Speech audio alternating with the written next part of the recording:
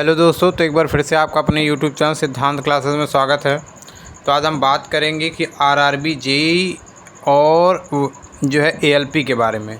देखिए 2024 में एक बड़ी वैकेंसी दोनों की देखने को मिली है रेलवे की तरफ से। ठीक है, तो जो आरआरबी जेईई की पोस्ट है और जो ALP loco pilot assistant loco pilot दोनों के बारे में हम डीपली जो है अध्ययन करेंगे कि क्या है, क्या दोनों में अंतर है। ठीक है, दोनों की सैलरी क्या है और दोनों में क्या अंतर है, क्वालिफ़िकेशन का हो गया, सिलेक्शन का हो गया, ड्रेस कोड का हो गया, ग्रेड पे करा गया, सारे बारे में हम अध्ययन करने वाले हैं। ठीक है, तो देखिए दोनों में कोई बहुत बड़ा अंतर तो नहीं है हालांकि, लेकिन जो छोटे छोटे अंतर हैं और जो बड़े बड़े अंतर हैं सबके बारे में हम आपको बताते हैं। ठीक है, अगर आप नए होंगे चैनल पे तो आप सब्सक्राइब कर लीजिएगा ताकि कोई भी मैं वीडियो डालूँ पढ़ाई से रिलेटेड आप तक सबसे पहले पहुँच जाए। देखिए ये जो क्वालिफ़िकेशन को लेकर हम पहले बात करेंगे, आरआरबी जेईई का क्वालिफ़िकेशन बात करेंगे। देखिए आरआरबी जेईई में अगर आप जो फॉर्म भरना चाहते हैं तो इसके लिए आपको डिप्लोमा से ऊपर की डिग्री होनी चाहिए, बीटेक होना चाहिए, एमटेक होना चाहिए, पॉलिटेक्निक या बीटेक या एमटेक होना चाहिए। ठीक, अगर आप एएलपी असिस्टेंट लोको पायलट भरे हैं तो इसमें आपका आईटीआई भी चल जाएगा, लेकिन आरआरबी जेईई में आईटीआई नहीं चलता है। इसमें आप डिप्लोमा या पॉलिटेक्निक बीटेक हो सकते हैं। ठीक, एएलपी में सिविल वाले इसमें नहीं अलाउ होते हैं, सिविल इंजीनियरिंग के बच्चे नहीं भर पाते। जैसे जो पॉलिटेक्निक से सिविल से ट्रेड किए हैं, बीटेक सिविल से ट्रेड किए हैं, तो उसमें बच्चे नहीं अलाउ, ना के बराबर होते हैं। ठीक है, अब ये पहला आपका क्वालिफ़िकेशन कंप्लीट हो गया। दूसरा बात करेंगे हम सिलेक्शन पे। देखिए सिलेक्शन पे हम दूसरा बात करेंगे, सिलेक्शन क्या रहने वाला है।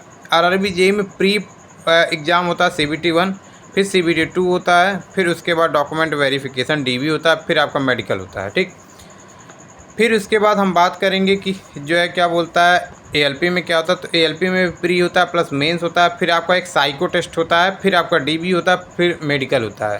तो इस तरीके से आपका जो है एग्ज़ाम देखने को मिलेगा, इस तरीके से आपको एग्ज़ाम जो है देखने को मिलेंगे। फिर कितने इसमें प्रोसेस रहेंगे। ठीक है, अब हम बात करते हैं सिविल ड्रेस कोड के बारे में। देखिए सिविल ड्रेस कोड के अगर हम बारे में बात करें तो सिविल ड्रेस कोड का जो है पहला सिविल ड्रेस कोड का आरआरबी जेईई में जो होता है कोई सिविल ही ड्रेस रहता है, इसमें कोई दिक्कत नहीं रहता है। तीसरा जो इसमें बात करें, देखिए एएलपी में इसका जो ड्रेस कोड रहता है, एक आप देखते हैं आसमानी कलर का शर्ट रहता है या ब्लू कलर का, और एक ब्लू कलर का पैंट टाइप का रहता है। ठीक है, एक बच्चों का जैसे स्कूल वाला ड्रेस होता है उसी टाइप का कुछ आपको देखने को मिलेगा, चाहे वो गर्ल्स हों या फिर बॉयज़ हो, दोनों के लिए आपको सेम देखने को मिलेगा। ठीक है, तो ये तीन आप लोग को समझ में आ गया होगा। जहाँ नहीं समझ में आया होगा आप कमेंट कर सकते हैं, उस पर मैं आपको एक बार फिर से जानकारी दे दूंगा। ठीक है, और मैं डिजी लॉकर के बारे में बात करूंगा जल्दी, और डॉक्यूमेंट वेरिफिकेशन हो गया, जो भी एग्ज़ाम से रिलेटेड है सारे बारे में जो है बात करूंगा। देखिए फिर चौथा बात करेंगे कि ग्रेड पे क्या रहने वाला है आरआरबी जेईई का। देखिए आरआरबी जेईई का जो ग्रेड पे होता है शुरुआत में जो होता है वो 4200 ग्रेड पे होता है। जब आप जूनियर इंजीनियर बनते हो तो उस समय आपका 4200 ग्रेड पे रहता है। ठीक है, तो 4200 ग्रेड पे का मतलब आपका हो गया लगभग सैलरी सब जोड़ उड़ के 60 से 65 हज़ार रुपये आपको सैलरी देखने को मिलती है। ठीक है, वहीं अगर हम इसकी बात करें तो 1900 आपको ग्रेड पे देखने को मिलेगी। 1900 एएलपी में 1900 ग्रेड पे आपको देखने को मिलती है। तो ये आपका प्रमोशन होते होते 4200 तक जाता है, लास्ट में ये एक लास्ट में आता है तो 4600 तक पहुँच जाते हैं। ठीक, ये 4600 तक पहुंच सकते हैं, 4200 ही तक अधिकतम जाता है, लेकिन 4600 तक किसी एक दो लोगों का जिसका हो जाता है प्रमोशन वो 4600 तक पहुंच जाता है। इसकी बात करें तो ये 4642 से 4600 जो है जाता है। ठीक है, उसके ऊपर से सेक्शनल इंजीनियर आप हो जाएंगे 8 से 10 साल में, तो ये 4600 ग्रेड पे पहुँच जाते हैं। ठीक है, अब मैं बात करूँगा कि बेसिक का जो होता है कि इसमें बेसिक क्या मिलता है आपको, सैलरी वगैरह में हम बात करेंगे। देखिए आरआरबी जेईई का जो सैलरी होता है काफ़ी अच्छा सैलरी होता है और इसकी पोस्ट भी काफ़ी अच्छी होती है। इसमें आरआरबी जेईई के अंडर में ग्रुप डी के लोग भी आते हैं। ठीक है, तो बेसिक इसका जो होता है सैलरी आपको मिलता है। देखिए लेवल 6 का है, ये लेवल 6 की पोस्ट है, तो आपको ये देखिए 35,400 आपको सैलरी मिलती है बेसिक लेवल 6 की। ठीक है, 35,400 रुपये आपको सैलरी इसका जो मिलता है। फिर डीए आपको मिल जाएगा 14,868 रुपया टोटल, और भी इसमें जुड़ते हैं कुछ 8 से 10 हज़ार रुपये ऐसे ऐड होते हैं। तो इसमें टोटल आपको 55,000 से लेके 62,000 के बीच में आपको देखने को मिलेंगे। सैलरी आपको 55,000 से लेके 62,000 के बीच में आपको देखने को मिलेंगे। ठीक है, वहीं एएलपी की अगर हम बात करें तो एएलपी में 19 1900 रुपये आपको लेवल 2 में देखने को मिलेंगे, जो सैलरी बेसिक पे है, जो सैलरी बेसिक है, ठीक है। तो 19,900 आपको देखने को मिलेंगे। और डीएस में 10,865 मिलता है। हालांकि इसमें एक भी रहता है RRB जेम भी वो चीज़ है, लेकिन थोड़ा सा कम है। देखिए इसमें क्या होता है कि आपको थोड़ा सा जैसे किलोमीटर के हिसाब से कुछ पैसे भी मिलते हैं, जितना आप चलोगे उतना ज़्यादा आपको जो है पैसे मिलते हैं, ठीक है। तो आपको क्या होता है DA 10,865, तो अपेरोक्स आपको 45,000 से लेके 55,000 रुपये तक की आपकी इसमें सैलरी मिलती है।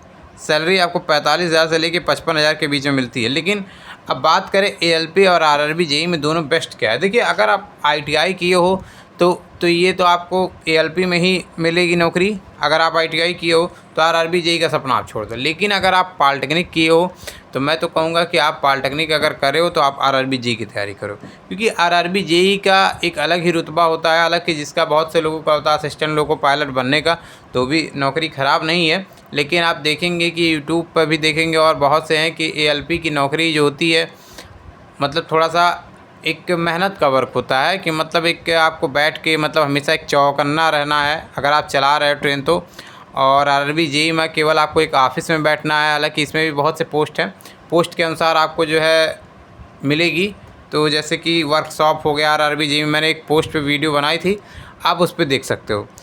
तो RRB जेई में क्या है कि RRB जेई में अगर आपको जैसे फील्ड वाला अगर आप ले लिए तो आपकी इसमें सैलरी आपको अच्छी खासी मिलती है, लगभग 80-90 हज़ार रुपये सैलरी मिल जाती है, ठीक है। 60 से 65 हज़ार रुपये आपको सैलरी मिलेगी RRB जेई में। और उसके बाद जो ऊपर का जैसे इनकम, मतलब जैसे ऊपर का मतलब क्या हो गया कि जैसे आपका जो फील्ड वाला वर्क करते हो तो उसमें भी आपको पर डे के हिसाब से 700-500 जो भी मिलता है बनता है, तो वो आपका हो जाता है टोटल। तो आपको सैलरी छूने की ज़रूरत नहीं पड़ती, 80 से 90 हज़ार रुपये आपको मिल जाता है, ठीक। अब हम बात करें ALP के बारे में, तो ALP का जो आप ऊपर सब मिला उला के मैंने आपको बताया, ये 45,000 से लेके 55,000 के बीच में ही है, ठीक। तो ये दोनों में अंतर क्या है, देखिए अंतर है ये, आप कितनों भी हो इसमें जेई कहलाओगे। मेरा जो अनुमान है भाई, देखो मैं बता रहा हूँ, इसमें आप जेई ही कहलाओगे और इसमें है आप ड्राइवर ही कहलाओगे ALP में। तो ये चीज़ है, अब आप देख लो भाई, बाकी आपकी चीज़ है। अगर आप ITI किए हो तो ALP आपके लिए बेस्ट है। हालांकि नौकरी कोई भी हो भाई, अगर आप एक कर्मचारी, सफाई कर्मचारी भी बन जाते हो तो भी नौकरी बेस्ट है। गवर्नमेंट की अगर कोई भी नौकरी मिल जाती है तो आप बहुत बढ़िया है, कोई भी नौकरी मिल जाती है गवर्नमेंट की। मैं नहीं कह रहा हूँ कि ALP ख़राब है, मैं ALP और जेई में, RRB जेई में अंतर बता रहा हूँ। वैसे ही आपको एक और वीडियो ले आऊँगा RRB जेई और SSC जेई में भी अंतर बताऊँगा। SSC जेई का जो एग्ज़ाम होता है दोनों में अंतर बताऊँगा। और एक चीज़ और है भाई, आप लोगों को कुछ लोग पूछ रहे थे डिजी लॉकर के लिए, डॉक्यूमेंट वेरिफिकेशन पर वीडियो बनाने के लिए, तो मैं शाम को या कल उस पर बनाऊँगा डिजी लॉकर पे, और एक आपको डॉक्यूमेंट वेरिफिकेशन पे भी एक वीडियो आपको बना के दूँगा, ठीक है। और आप लोग नए होंगे तो चैनल को भी सब्सक्राइब कर दीजिएगा, ताकि मैं जितनी वीडियो बनाऊँ आप तक पहुँच जाए।